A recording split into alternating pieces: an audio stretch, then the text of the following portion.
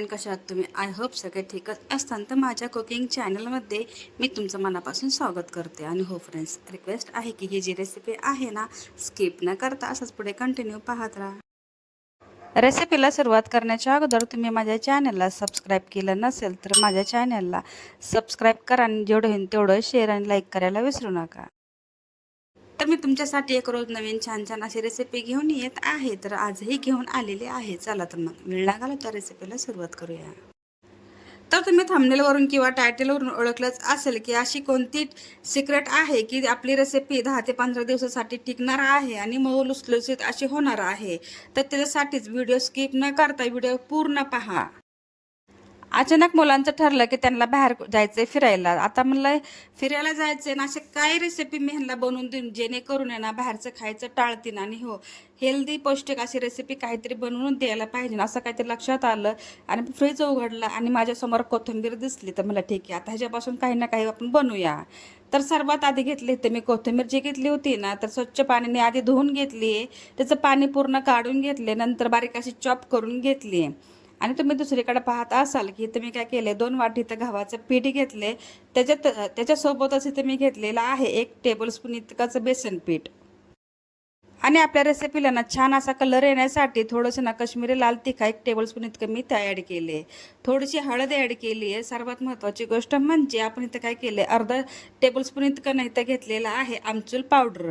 आणि कसं आहे की ही रेसिपी जे आहे ना, थोडीशी तिखट आणि थोडंसं ना आंबटपणाही येण्यासाठी तर मी टाकलेले आहे. थोडंसं चवीपुरतं मीठ, लसणाची पेस्ट आणि हो 1 टेबलस्पून तर मी घेतलेला आहे जिरा.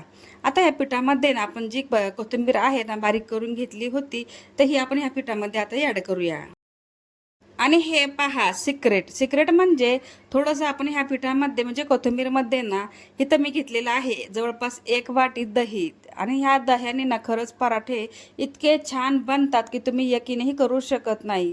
तुम्ही हे नक्की ट्राय करा. मी सांगते म्हणून की ही गॅरंटेड रेसिपी आहे की तुम्हाला ही रेसिपी म्हणजे नो फेल रेसिपी आहे. आणि तुमच्या प्रवासात आहे ना खरंच ही रेसिपी इतकी हेल्दी पौष्टिक होणार आहे. आपण आपल्या मुलांसाठी ना काही हेल्दी पौष्टिक बनवतो, पण सर्व गोष्टी लक्षातच ठेवून बनवतो. आता आपल्याला वाटतं की हा मुलं जे प्रवासात जात असतील तर त्यांच्यासाठी आपण अशी काहीतरी रेसिपी बनवून द्यावा जेणेकरून खराब होणार नाहीये. तर तुम्हाला तर माहितीच की हे जे कोथिंबीरचे पराठे आहेत ना, खरंच हे खराबही होणार नाहीये. जवळपास 10 ते 15 दिवसासाठी आरामशीर टिकेल, ही अशी ही पद्धतीची रेसिपी आहे. ज्यावेळेस आपण पीठ मळायला घेतलं ना, त्यावेळेस पाण्याचा वापर केलेला नाहीये. जसं जसं आपण पाणी लागेल तशाच पद्धतीने इथं काय करायचं, पाणी घ्यायचे. डायरेक्टली पाणी ॲड करायचं नाहीये. छानपैकी एक कोथिंबीरीचा डो तयार करून घेतला. तुम्ही पाहू शकता 10 ते 15 मिनिटासाठी आपलं जे पीठ आहे ना छानपैकी इथं मुरलं गेलेलं आहे. तर तुम्ही पाहू शकता जसं मी पीठ हातात घेतलं ना, एकदम सॉफ्ट असं पीठ तयार झालेलं आहे. तर आपण इथं काय करतोय, जशा प्रकारे आपण चपाती बनवण्यासाठी उंडा घेतो ना, तशा प्रकारे पण छोटा घ्यायचा आहे. आणि ते कशा पद्धतीने बनवायचं ते तुम्हाला तिथं दाखवते. आता ह्याला काय करायचंय, हे खाली चिकटतात तुम्हाला तर माहितीच आहे. त्यासाठी काय करायचं, थोडीशी पिठी घ्यायची, म्हणजे गव्हाचं पीठ इथं लावण्यासाठी घ्यायचे. आणि हो, फार काही मोठी बनवायची नाही, एकदम मीडियम साईजमध्ये येतं ना, आपण एक छानपैकी एक पराठा लाटून घेऊया. एक सांगायचं राहूनच गेले, इथं मी घेतलेलं आहे 1 टेबलस्पून इतकं लसणाची पेस्ट. आणि तुम्ही इथं पाहत असाल की आपण इथं पराठे गोल आकारामध्ये बनवून घेतले. जर तुम्हाला दुसरा आकार इथं बनवायचा असेल तोही तुम्ही करू शकता. आणि आपला पराठा तुम्ही पाहू शकता कशा प्रकारे गोल गरगरीत असं झालेला आहे. आणि आता ह्याला काय करायचं तुम्हाला सांगते. तुम्हाला जर साजूक तूप लावायचं असेल तर तुम्ही तेही लावू शकता किंवा तेलाचा वापर केला तरी जास्त काळ टिकेल. अशा पद्धतीने आपण इथं ना ह्या पराठे तळून म्हणजे सॉरी भाजून घेऊया. आता पॅनवरती मी काय केलंय, थोडंसं ना तेल लावून घेतलंय आणि जेणेकरून आहे ना एका चमच्याच्या साहाय्याने पूर्ण पॅनला मी तर तेल लावून घेतले. आता काय करायचं, पराठा जो आहे ना तर तव्यावरती ॲड करायचा आहे. आणि दुसरी सिक्रेट म्हणजे की काय करायचंय, आपण ज्यावेळेस ना पराठा भाजायला घेऊया, गॅसचा फ्लेम हाय ठेवायचा नाहीये, फक्त मिडियम टू लो फ्लेमवरती ठेवायचा. जेणेकरून आपले जे पराठा आहेत ना मऊ लुसलुसीत असे राहतील. की आपण फास्ट गॅस केला की त्याच्यावरती काय होतं की पटपट होतात, पण दुसरी गोष्ट अशी होते की ते जळण्याची शक्यता असते आणि ते कडक होतात. त्यासाठी सॉफ्ट राहण्यासाठी मिडियम गॅसवरतीच तुम्ही पराठे जे आहेत ना भाजून घ्या.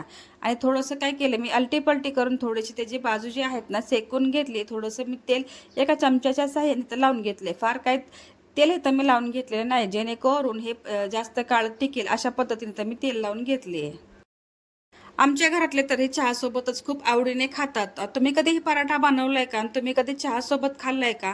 तर खाल्ला असेल तर नक्की मला कॉमेंट करून सांगा. तर तुम्ही इथं पाहिलं असेल की आपला जो पराठा आहे ना, तिथं मी काय करते, एक तर शेकून झालाय, आता दुसराही शेकून घेते आणि कशा पद्धतीने शेकून घेते ते पण तुम्ही पाहू शकता. फार काही ह्याला भाजायची गरज नाहीये. म्हणजे हे कमी टू लो फ्लेमवरती काय होतं की छानपैकी भाजला जातात आणि कशा पद्धतीने भाजला तेही तुम्ही पाहू शकता. आणि आपला पराठा जो आहे फर्स्ट आपण इथे तव्यामध्ये ॲड केलेला आहे तो इथं मी काढून घेते आणि आपला पराठ्याचा कलर तुम्ही पाहू शकता आणि हो कशा पद्धतीने भाजला एकदम खरपूस अशा पद्धतीने इथं मी भाजून घेतलाय. आता इथं मी काय केलं दुसरा जो पराठा आपण लाटून घेतलेला आहे ना तोही या पॅनवरती मी ॲड करते आणि त्यालाही दोन्ही साईडनी थोडं थोडं तेल लावून इथं मी भाजून घेते आणि कशा पद्धतीने भाजते ते थोडंसं तुम्ही लक्षात घ्यायचे म्हणजे आपले पराठे जे आहेत ना मऊ लुसलुसीत आणि चटपटीत चटणीदार असे हे आपले पराठे तयार झालेले आहे.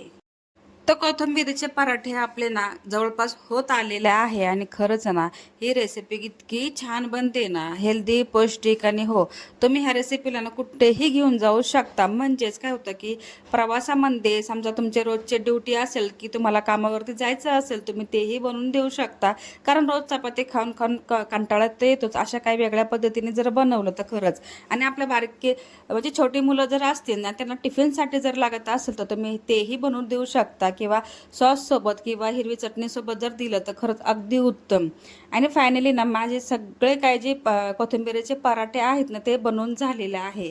तर तुम्हाला मी हातावरती बनवून दाखवते आणि कशा प्रकारे मी तर लाटून घेतल्या तेही तुम्हाला दाखवते जेणेकरून आहे ना जेवढी तुम्ही ही जी पोळी आहे ना म्हणजे पराठा जो आहे ना तर बारीक साईजमध्ये आणि हो पातळसं जर लाटली ना तर खरंच खूप छान बनते.